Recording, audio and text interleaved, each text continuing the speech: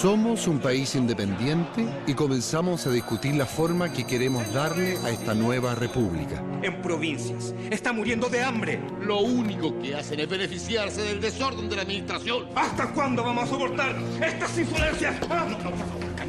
Venga. Dos facciones se disputan el poder a muerte.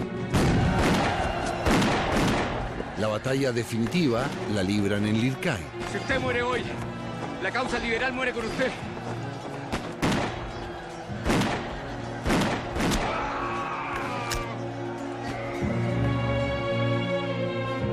Los conservadores derrotan a los liberales y Portales y la Constitución del 33 establecen las nuevas reglas del juego. La Confederación Perú-Boliviana merece ser destruida. Imagínese la fuerza de esas dos naciones juntas. ¿Cuánto tiempo va a demorar en extenderse hacia abajo y aplastarnos? Por los próximos 30 años, las riendas del país las tendrá un gobierno autoritario, centralizado y cercano a la Iglesia.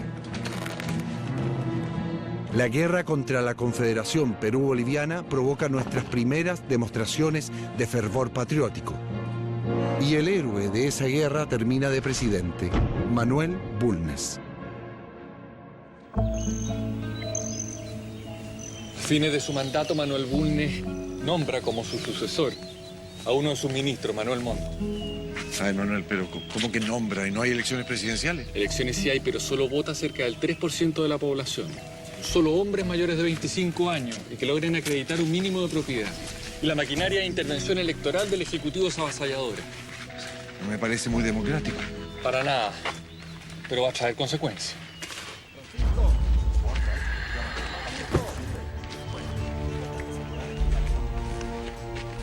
Estamos preparados. Ahora no nos van a pillar desprevenidos estos desgraciados. Por los reiterados fraudes electorales, nadie duda quién va a salir electo presidente. Manuel Montt. Por eso se están tomando las calles. ¿Y esos sacos? Son nueces y frutos secos que encontramos en una bodega.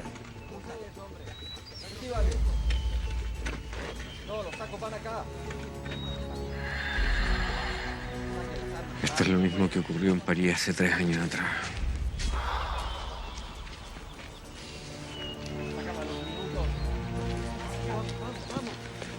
La misma barricada. Los mismos sentimientos.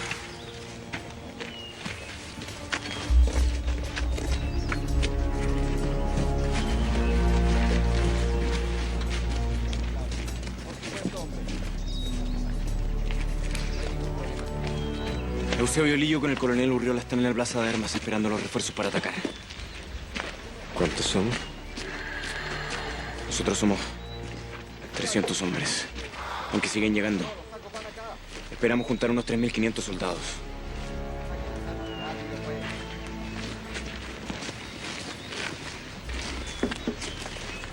¿Quiénes son? Miembros de la Sociedad de la Igualdad, conformada por intelectuales y artistas, además de artesanos y obreros. ¿Y se definen? Como liberales de vanguardia, defensores de los trabajadores y enemigos del autoritarismo. Manuel, ¿estás seguro que estamos en 1851? Segurísimo. Benjamín Vicuña Maquena, 19 años, escritor y secretario de la Sociedad de la Igualdad. Francisco Bilbao, cofundador de la sociedad, escritor.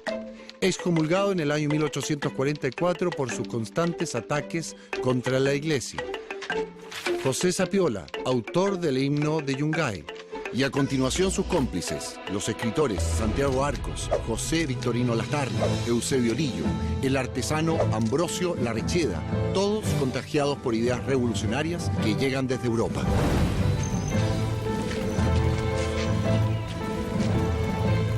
En este glorioso día pondremos fin a 20 años de atrasos y tinieblas. La Guardia Nacional es la milicia del gobierno que fortaleció Diego Portales. La Guardia Nacional. Ahí vienen en camino. Los liberales y los conservadores están acostumbrados a resolver las cosas a balazos. ¡Pelotón! ¡Alto! No olvides esa cara. ¡Preparados! En unos años más va a librar grandes batallas, peleando por el otro bando. ¡Ciudadanos! ¡Tomen sus armas! ¡Y a luchar! ¡Apunten! ¡Viva el pueblo revolucionario! ¡Viva! ¡Fuego! ¡A la carga! El levantamiento de los jóvenes de la Sociedad de la Igualdad representa el deseo de participación de muchos chilenos. En las elecciones presidenciales vence el candidato conservador Manuel Montt. Los liberales acusan fraude, se rebelan y marchan con un ejército desde Concepción a Santiago. Por su parte, el saliente presidente Manuel Bulnes comanda las tropas conservadoras hacia el sur. La batalla se produce en Loncomilla, en donde mueren 2.000 chilenos. La revolución liberal de 1851 ha fracasado.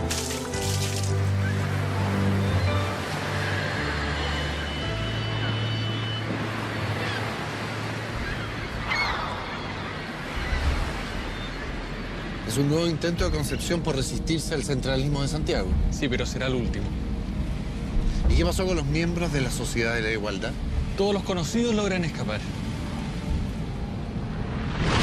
Francisco Bilbao huye al Perú y nunca más vuelve a pisar suelo chileno. Vicuña Maquena vive en la clandestinidad varios meses, hasta que su padre consigue subirlo a un barco con 2.000 quintales de harina que zarpa rumbo al norte, al lugar donde muchísimos chilenos se están yendo en ese momento.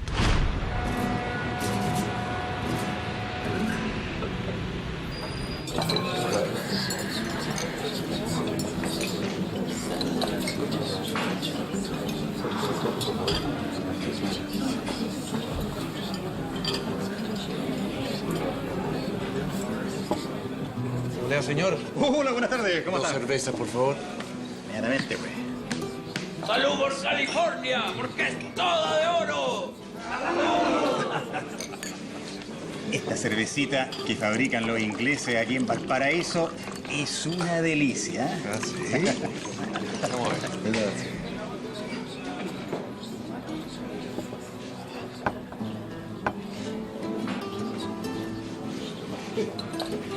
Oiga, y dígame una cosa, ¿todo el mundo está muy loco con este asunto del oro en California? Sí, pues mi presidente Montt tiene que traer alemanes a colonizar el sur. En la agricultura no hay mano de obra. ¿Por qué? Porque todos los chilenos están en California. ¡Otra vuelta para todo el mundo! Please. Ok, mister, ok. No puedo quejar, ¿eh? Los negocios siguen siendo de maravilla.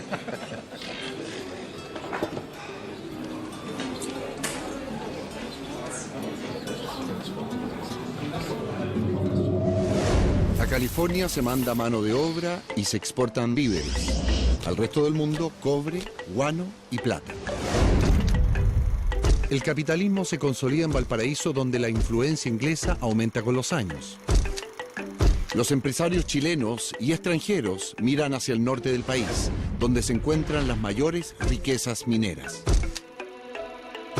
Un territorio que antes era considerado tierra de nadie, hoy es motivo de disputa. La actividad minera en el norte permite varios avances tecnológicos, entre ellos nuestro primer tren.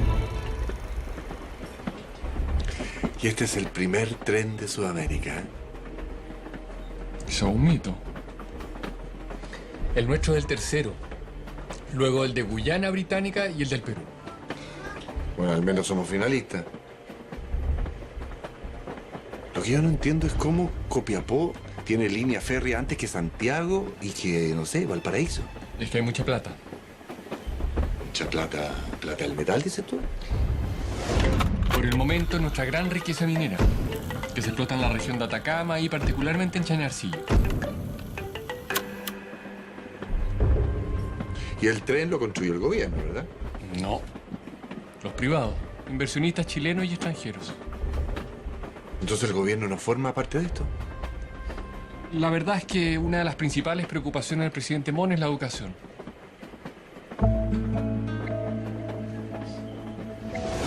El presidente Montt manda a crear la actual Escuela Naval, con becas que benefician a alumnos destacados de todo el país. Cuando asume la presidencia, Chile tiene poco más de 250 escuelas públicas. Cuando concluye su mandato, son cerca de 600. Le dio duro a la educación. Y también a la represión. Durante su diseño, Montt mantiene suspendidos los derechos ciudadanos por casi 5 años. La mitad de lo que dura su mandato.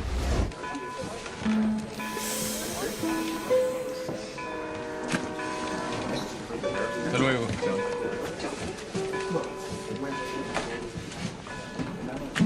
Finalizando su gobierno, Montt repite la tradición y designa como sucesor a su mano derecha, Antonio Varas. Como y nadie se opone. Buenas tardes. Buenas tardes. Buenas tardes.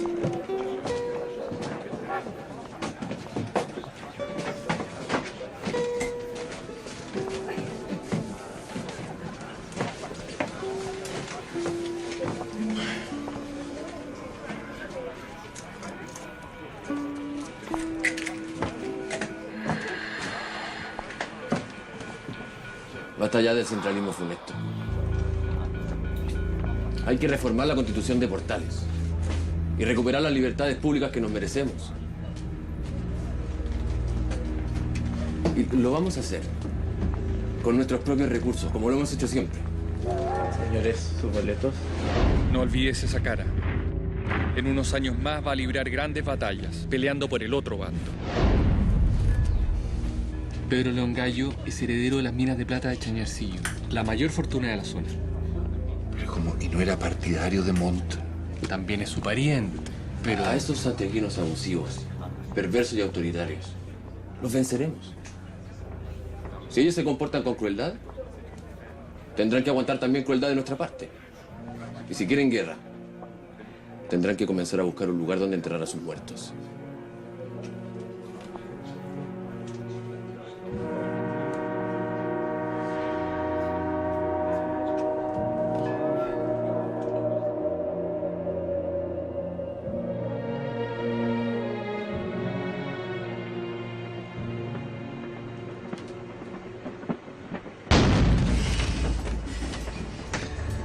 ¿Qué pasó?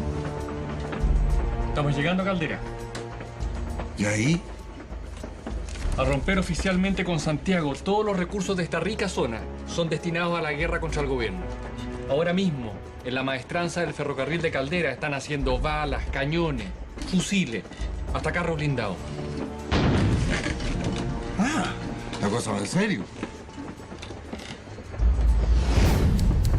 Tan en serio que han acuñado su propia moneda. Crearon una bandera y formaron un ejército, principalmente con mineros, al cual llaman el Ejército Constituyente.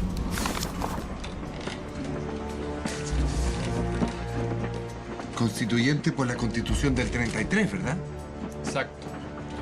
La prioridad para los liberales sublevados es reformar la Constitución del 33. La Asamblea Constituyente es un diario de oposición que circula en Santiago. Lo publica Benjamín Vicuña Maquena, quien ha vuelto de su exilio y se une a esta revuelta. Pero el presidente Montt ordena clausurarlo y Vicuña Maquena termina en la cárcel.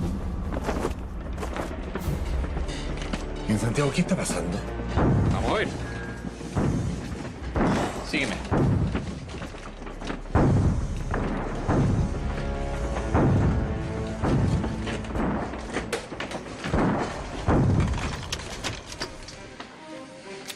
Sublevados vencieron a nuestras fuerzas en el primer enfrentamiento en Los Loros. Procedieron luego a tomar Copiapó, para luego pasar a la ciudad de Coquimbo y por lo que se estima podrían haber ocupado a estas horas La Serena.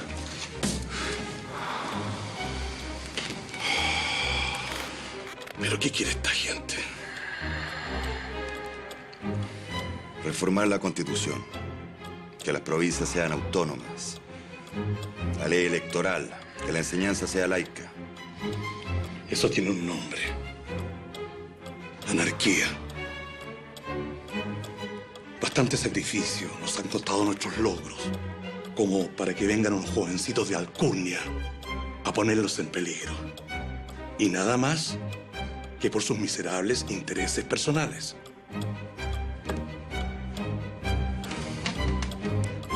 El interés general de la patria le importa un carajo. Algunos me odian simplemente porque no soy aristócrata o porque tengo cara de negro. Por eso hay que trincarlos con firmeza, demostrarles una vez por todas de que hay que respetar la autoridad.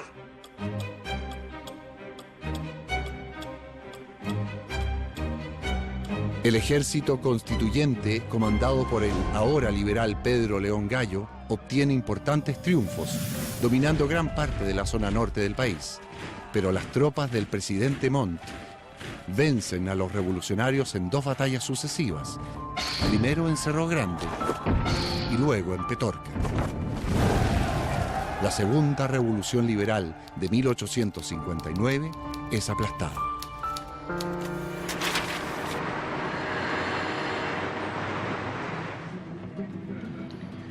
Pero el gobierno conservador también pierde, sobre todo popularidad. Nadie gana. No, ¿Y qué pasó con Vicuña Maquena y León Gallo? ambos deben partir al exilio. Vicuña Maquena por segunda vez en una década. Así es.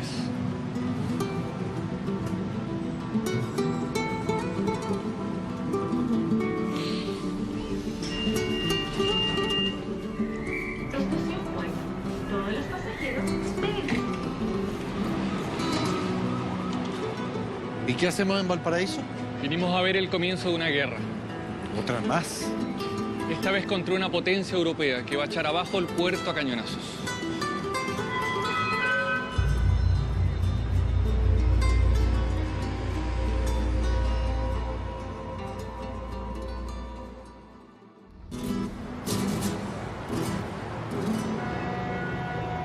La segunda revolución liberal falla de nuevo.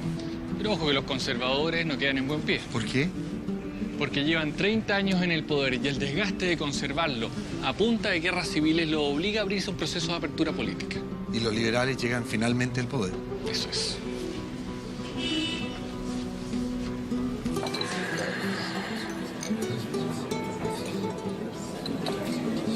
Un saludo por el nuevo presidente de Chile, el excelentísimo señor don José Joaquín Pérez. Salud. Después de la revolución de 1859 es tanta la presión que Montt se ve obligado a bajar la candidatura de Varas y apoyar al candidato del consenso, un liberal. Después de 30 años, por fin los liberales tienen su presidente. Y ahora. Manuel, después de 30 años esperando, ¿lo hacen bien? Sí, bastante bien. ¿Ah, sí? De hecho, siguen habiendo liberales. El presidente José Joaquín Pérez decreta una amnistía para los revolucionarios constituyentes. Pedro León Gallo regresa al país, ingresa al Parlamento y ayuda a fundar el Partido Radical. Benjamín Vicuña Maquena vuelve y se convierte en cronista estrella del Mercurio de Valparaíso.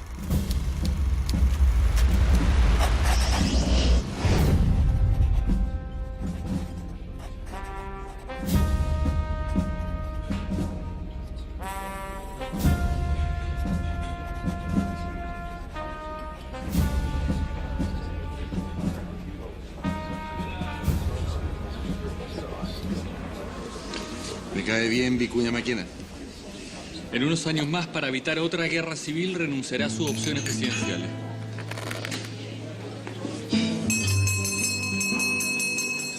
Señores, en 5 minutos más cerramos. ¿Pero cómo tan temprano? No, pues. Hay que evacuar hacia los cerros, mi amigo. Mañana muy temprano, la flota española bombardea el puerto. ¡Vamos saliendo! ¿Por qué bombardea el puerto? ¿Por qué? Se me había olvidado contarte. Ahí te explico.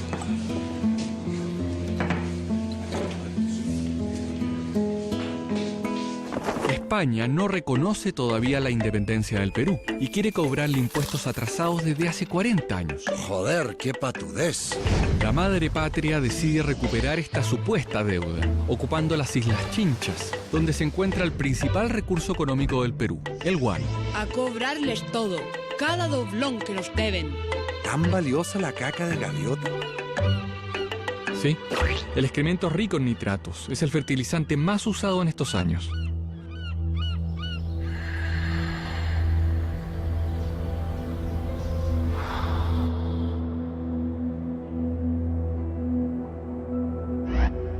Los buques españoles llegan a nuestras costas para aprovisionarse de carbón, pero Chile se los niega.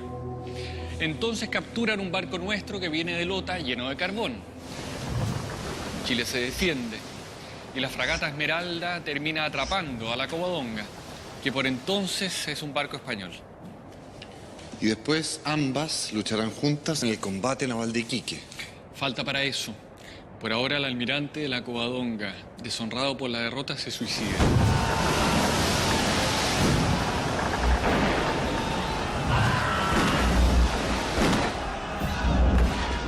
Y los españoles anuncian un escarmiento para Chile. Bombardear nuestro puerto principal.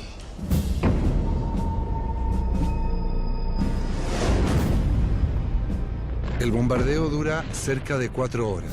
Se disparan 1.600 tiros de cañón. Valparaíso queda en ruinas.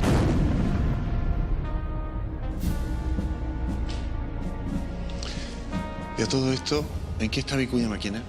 Durante la guerra contra España, el gobierno lo designa como agente confidencial en Estados Unidos. Su misión es conseguir apoyo político y material para mantener la independencia americana y ganar la guerra. En Nueva York, Vicuña Maquena funda un periódico, La Voz de América, desde donde denuncia el imperialismo español.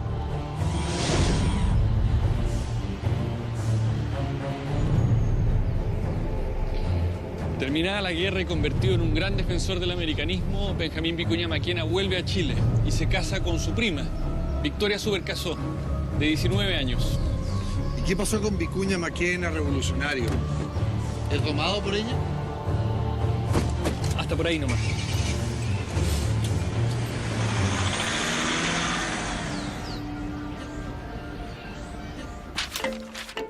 Benjamín Vicuña Maquena es incansable. Publica varios libros de historia, es elegido diputado y en la Cámara se autodesigna la voz del pueblo. Sigue peleando, pero ahora dentro del sistema. Se dice que para que no lo molestara en su gobierno, el presidente Federico Errázuriz Añartu le ofrece el cargo de intendente, que Vicuña Maquena acepta de inmediato. Y se propone convertir a Santiago en una capital como las europeas. Los gastos son enormes y no faltan los que dudan de la sanidad mental del intendente. ¿Qué ocurrencia es hacer un paseo en este vacío?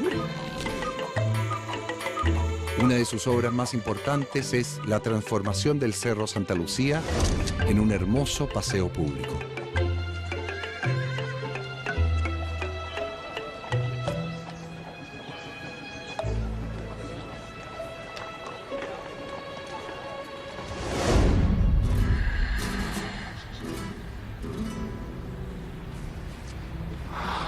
En poco tiempo, Santiago se transforma en otra ciudad.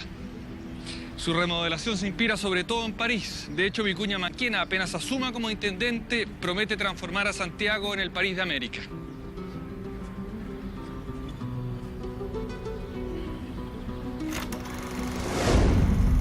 Y eso incluye dividir la ciudad en dos. Por un lado, la ciudad civilizada y ordenada, y por el otro, la ciudad bárbara, fuente de las enfermedades y la delincuencia. Sin embargo, quienes viven en Santiago deben acostumbrarse a una ciudad que crece a pasos agigantados. Ya en la década de 1840, y gracias a la riqueza de la minería, el Estado compra importantes terrenos a la familia Portales, creando la Quinta Normal, que es usada como campo agrícola experimental. Además, sirve de lugar de esparcimiento para los vecinos del sector del barrio Yungay. Hacia el sur, en el espacio que se utilizaba para ejercicios militares, se crea un gran parque para la capital, con los dineros donados por el millonario Luis Cousiño. El Parque Cousiño, actual Parque O'Higgins, se convierte en el paseo de la clase alta de Santiago. La calle 18 es la elegida por la élite chilena para construir sus mansiones, porque es el acceso al Parque Cousiño. Aunque los ricos sueñan con vivir en un París a la chilena, los suburbios de pobreza aumentan. Por una parte, se mantienen los de principios del siglo XIX sobre los márgenes del río Mapocho, y por otra, crecen con fuerza los llamados por Benjamín Vicuña Maquena potreros de la muerte. Esta zona se ubica desde Avenida Mata por el norte hasta el Zanjón de la Guada por el sur, con un ancho de 6 manzanas entre las calles Santa Rosa y San Ignacio. A esta área se le suma la barriada denominada Chuchunco, ubicada junto a la estación central. Cuando Benjamín Vicuña Maquena deja su cargo de intendente, Santiago cuenta con varios avances, como el alumbrado público con 1.362 farolas a gas y 626 de parafina. pero donde más se nota el progreso es en los espectáculos y en el transporte público, con los carros de sangre y el ferrocarril urbano. Santiago celebra el centenario de nuestra independencia con las dificultades de una gran metrópolis, pero con avances que la hacen mirar el futuro con optimismo. Se inaugura el alcantarillado de la ciudad y con motivo de la celebración se construyen edificios que hasta hoy son parte de nuestra identidad, como el Palacio de Tribunales y el Museo de Bellas Artes. Ya pues, Benjamín, espero que ahora cumpla con su promesa y se retire a descansar. Ya descansaré estando muerto, Victoria. Pero no se preocupe, que me comunicaré con usted mediante esas sesiones de espiritismo que están tan en boga.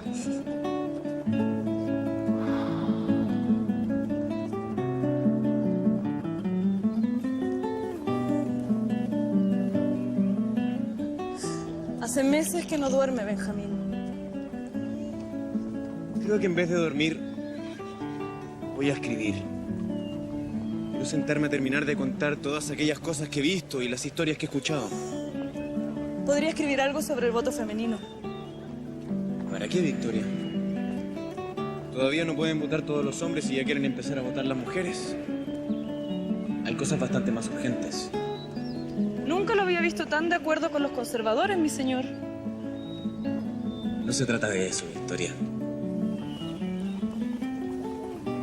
Simplemente no es el minuto. ¿No es el minuto, está seguro? Un grupo de mujeres en San Felipe lograron inscribirse en las juntas calificadoras. Nada menos que para votar por usted en la elección de presidente. Una cosa es que busquen algún resquicio para poder inscribirse. Pero otra cosa muy distinta es que les permitan votar. Benjamín, no me venga con el discurso de sus adversarios. Que Dios nos da un lugar a cada uno y el de las mujeres está en el hogar. Yo no he dicho eso, señora. Pero parece que usted se ha juntado mucho con Martina Barros a leer ese libro gringo.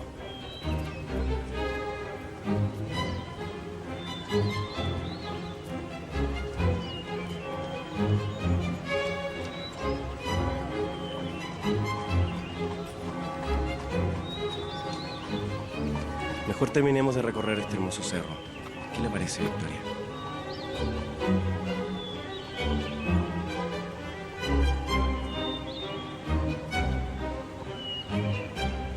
¿Cuánto tiempo falta para que comiencen a votar las mujeres?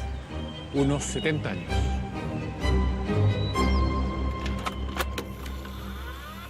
Luego que un grupo de mujeres de La Serena y San Felipe intentan inscribirse en las juntas calificadoras de elecciones de la época, el Congreso aprueba una nueva ley que especifica que ni los sirvientes domésticos, ni los procesados por crimen o delito que merezcan pena aflictiva, ni los condenados por quiebra fraudulenta, ni las mujeres pueden ejercer el derecho a voto. Estudiar en la universidad también es mal visto, indecente. Pero contra viento y marea y solo 3 años después de esta ridícula ley, Eloísa Díaz y Ernestina Pérez se titulan como las primeras médicos de Chile y Latinoamérica. Muchas se oponen a ser solo madres y esposas y rompen una a una las barreras. En toda América, 15 países le dan primero el derecho a voto a las mujeres antes que el nuestro. Pero el año 2006 repuntamos, cuando somos el primer país en Sudamérica que elige una mujer presidente. Y después de cambiarle la cara a Santiago, ¿qué pasó con Vicuña Maquena? Hace la primera campaña presidencial al estilo gringo, recorriendo todo el país en tren. Y es tanta su popularidad y tanta la resistencia del gobierno a que salga electo, porque no es su candidato, que se teme un estallido de conflicto social. Ante eso, baja su candidatura. ¿Y qué es lo que hace? Postula al Senado. Y gana, obviamente. Y desde allí se convierte en uno de los grandes impulsores de la Guerra del Pacífico. Nos sacaron un parte. Te dije que aquí no se podía estacionar.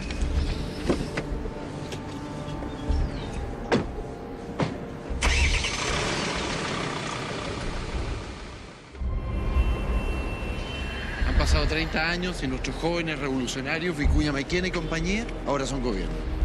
Chile ha cambiado, y no solo políticamente.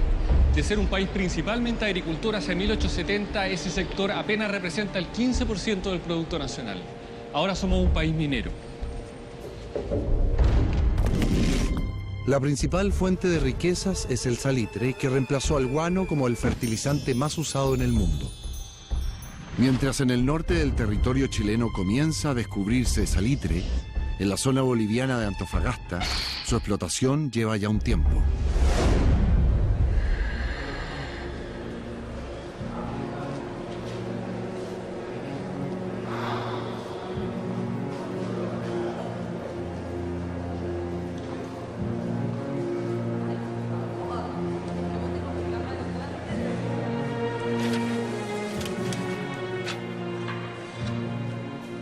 Nuestro proyecto pretende colonizar un territorio que abarca desde Chañaral hasta Bolivia. Eso es una insensatez. Si me permite, señor ministro. Nuestros problemas, honorables senadores, se encuentran en territorio boliviano. Para ser más preciso, en Antofagasta. El presidente Daza pretende aplicar una nueva alza en el impuesto al salitre. Y esto es inaceptable. Vamos a cobrar, como mínimo, un impuesto de 10 centavos sobre cada quintal que se exporte desde nuestro territorio boliviano.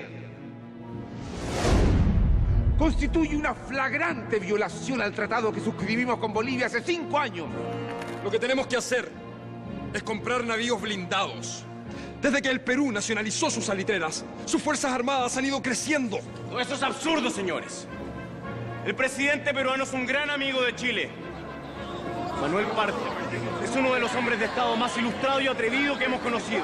Un gran genio de la reorganización de su país. ¿Qué es lo que pretende? Hacernos una guerra con el Perú, señor.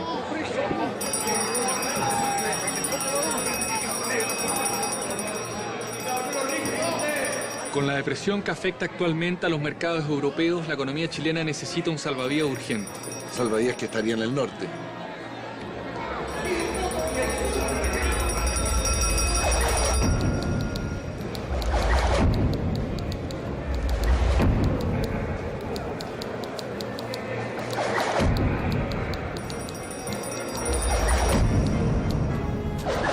Compatriotas, ante las injusticias vividas en el norte, nuestro país procederá a ocupar los territorios comprendidos entre el paralelo 23 y 24.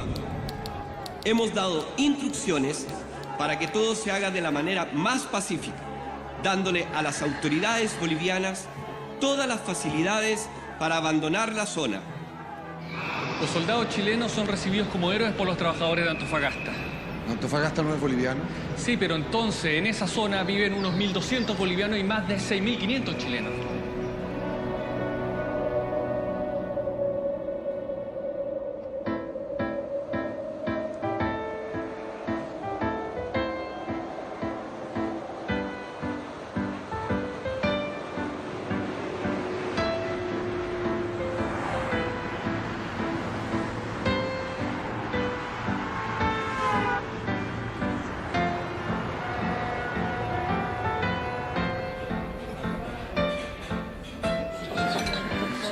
Chile ocupa el territorio boliviano de Antofagasta con la excusa de proteger las inversiones salitreras.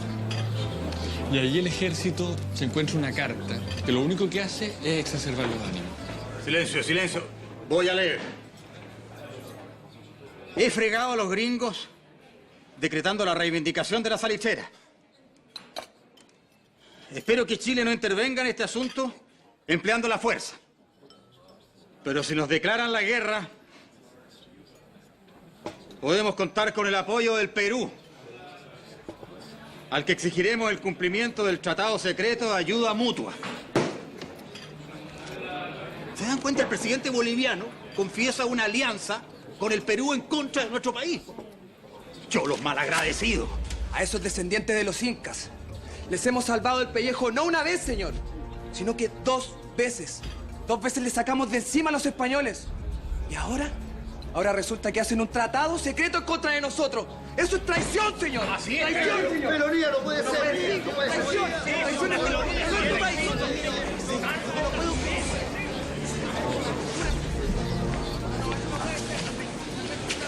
Bueno, ¿quién pudo haber dejado una carta así botada?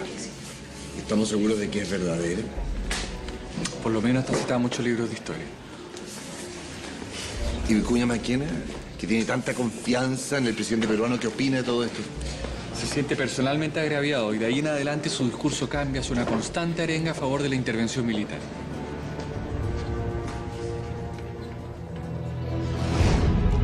La guerra cuenta con amplio apoyo en las ciudades, pero muy pocos se enrolan, por lo que comienzan los enganches o reclutamientos forzosos. Algunos chilenos son enrolados bajo engaños, otros por encontrarse en la calle después de las 10 de la noche. También caen quienes escuchan música en plazas e incluso algunos, fugitivos, son rastreados con perros para ir a la guerra. Desde el Senado, Vicuña Maquena exige al gobierno acciones militares concretas. Durante semanas, nuestros barcos se limitan a bloquear el puerto peruano de Iquique, esperando que la flota de Perú baje a enfrentarlos. Pasan los días y esto no ocurre. La opinión pública se impacienta. El gobierno da la orden de actuar. Parten hacia Callao los blindados Cochrane, O'Higgins, Aptao, Magallanes y el carbonero Matías Cousiño. Frente al puerto peruano de Iquique quedan las naves chilenas más antiguas, la Covadonga y la Esmeralda, que en una trágica coincidencia deben enfrentar a los dos buques más poderosos del Perú. ¡Al abordaje, muchachos!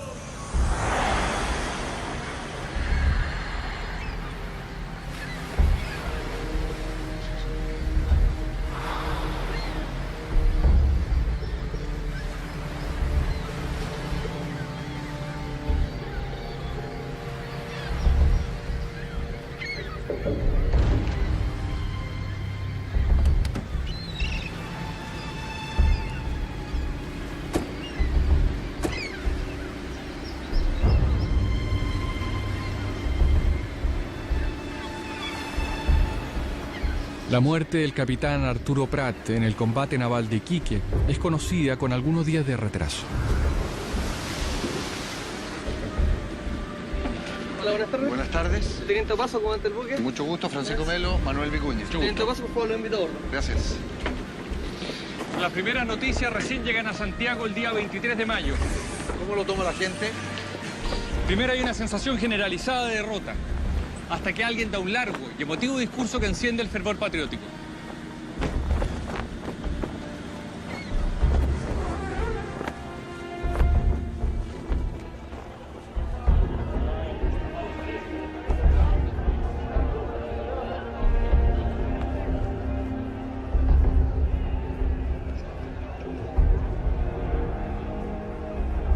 Ciudadanos, vosotros, los que no tenéis más que vuestra sangre que ofrecer en aras de la patria, corred desde aquí mismo a los cuarteles. La patria necesita de todos y cada uno de sus hijos para dar un pronto y un glorioso acabo a la lucha que se inicia. ¡A las armas, chilenos! ¡A las armas! En la ciudad y en la aldea, en el palacio y en la choza, ¡a las armas! ¡Viva Chile!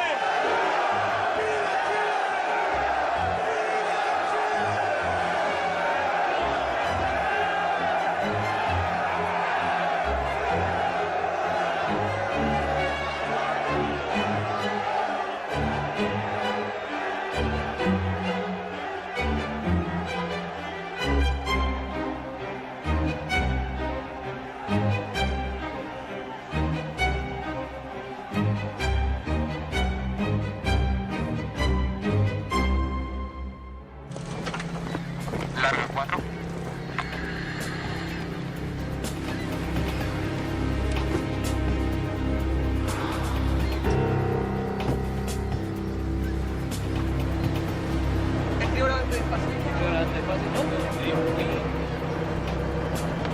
Ahora antes despacio. Ahora cerrar la caña. Al medio de la caña. Tiene que venir a rumbo 280. Viene a rumbo 280.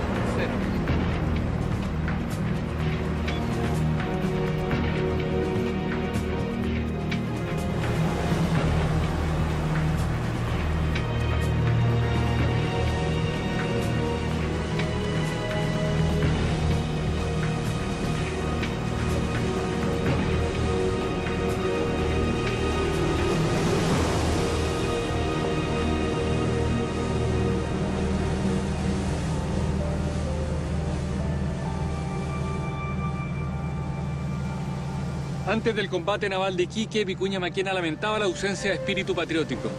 Sentía que al país le hacía falta una victoria, que nos diera un impulso colectivo. Pero perdón, Manuel, aquí está hundida la Esmeralda. Esto no es una victoria, es una derrota. Para nada. Ese día Chile perdió uno de sus buques más viejos, mientras el Perú, al perder la independencia, perdió el 50% de su flota blindada. Y Prat se transforma en un símbolo. En más de un sentido. Además de ser utilizado políticamente, como mártir de la guerra, su figura simboliza y resume todo lo que hemos visto en esta época. Es el hijo de un comerciante. Su familia no goza de una buena situación económica. Estudia en la escuela naval, gracias a una beca del presidente Manuel Montt. En la guerra contra España, Prat es parte de la tripulación de la Esmeralda. Un chileno que resume la segunda mitad de este siglo. Y finalmente termina transformado en una suerte de figura mítica, el primer héroe de esta guerra que comienza.